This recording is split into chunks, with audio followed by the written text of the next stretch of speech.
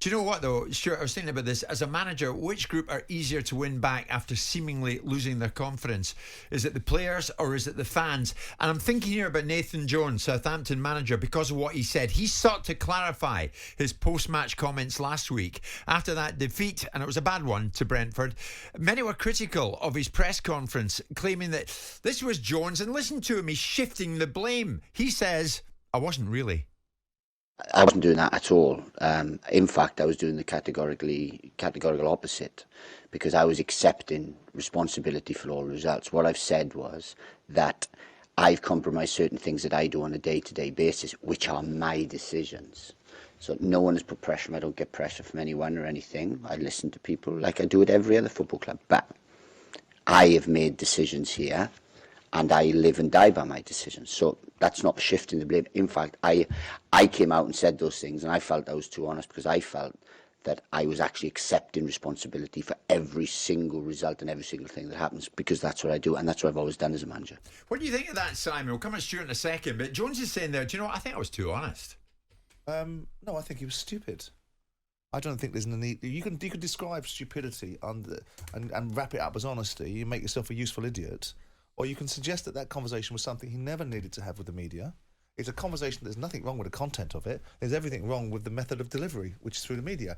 In the dressing room, tell your players precisely that and fix it. What he was basically doing was allowing a narrative to be built underneath this, which can only have been one way, which is he's blaming the players, and he lacks managerial nous to be able to make his own decisions. How can you think anything else? I don't care what fit of peak you're in. I don't care how strong your reaction is to an individual performance when you stank the place out on Saturday. You have to remember that the media has the ability to be able to turn your world upside down and inside out if you don't handle yourself properly. And that's precisely what happened here. And he's given it the gift. And so what he now has to do is fight back against his own words. Nothing wrong with what he said. And I'd be very interested to see Stuart, as a former elite footballer and manager, what his reaction would be in the dressing room and what his reaction would be as a manager. If are you with Simon on that, Stuart? He did the wrong thing in that he went through the media to get a message to the players instead of saying, cut out the media and straight to the players.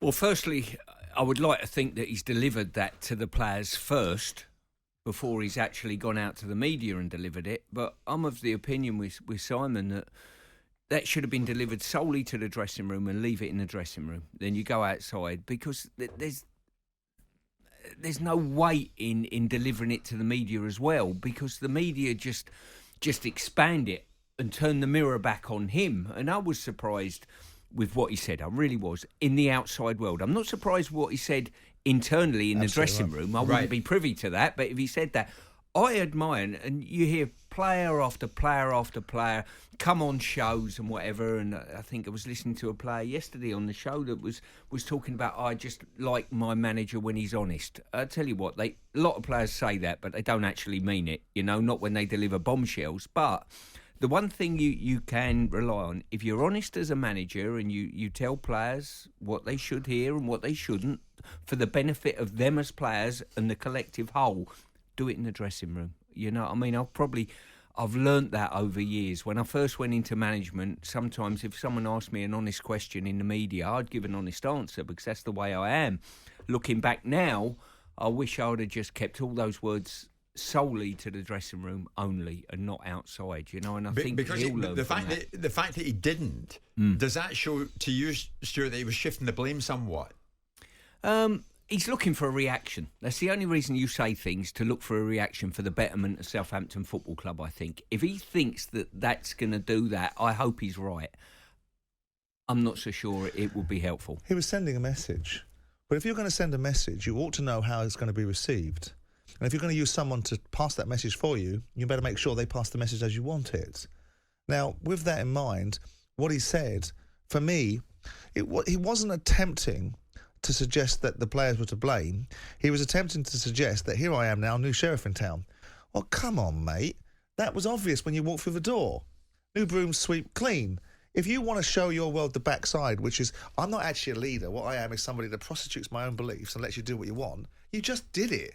I mean, there's nothing that anybody of any real intellect, and Nathan Jones is a very passionate man, and he talks in a very passionate way. He talks about his religious beliefs. He talks about the courage of his convictions, and all of that's to be admired. Right? It'll be ridiculed by certain sections of the dressing room. You can be assured of that, because anything that vaguely puts you out of the norm or gives you a situation where you've got a point of difference, the players will parody it and take advantage of it. Yeah. They'll be walking around in dog collars if they can now, given the fact he's talked about his religious beliefs.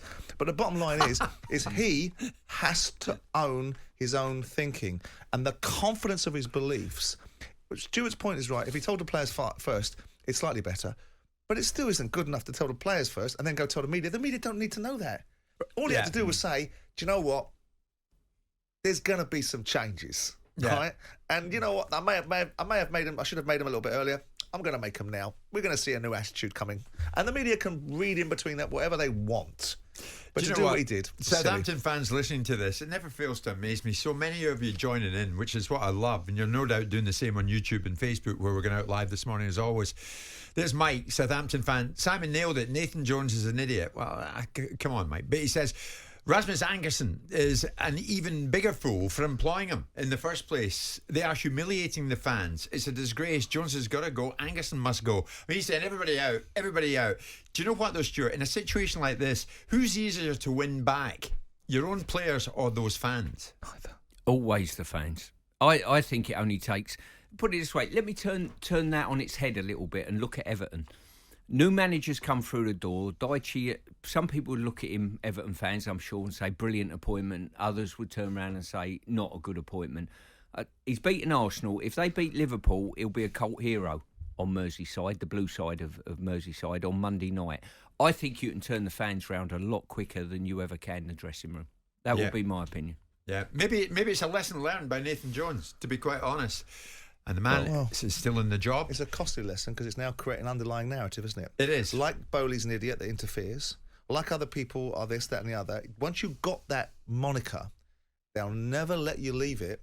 And there'll always be an underlying... The moment it goes off piste again, the moment Nathan Jones is slightly spiking the press again, boom, up the media will come with that interview. The moment the team go off the rails again, up will come the dissenting fans. Yeah. Both of them are really difficult to get back. Well, he's got a bit to do yet, because Southampton are playing a somewhat resurgent Wolves. 5 points between the two in the relegation fight. That's tomorrow at 3. Jim White and Simon Jordan. Monday to Friday mornings from 10 on AM, on DAB, via the talkSPORT app and on your smart speaker. talkSPORT.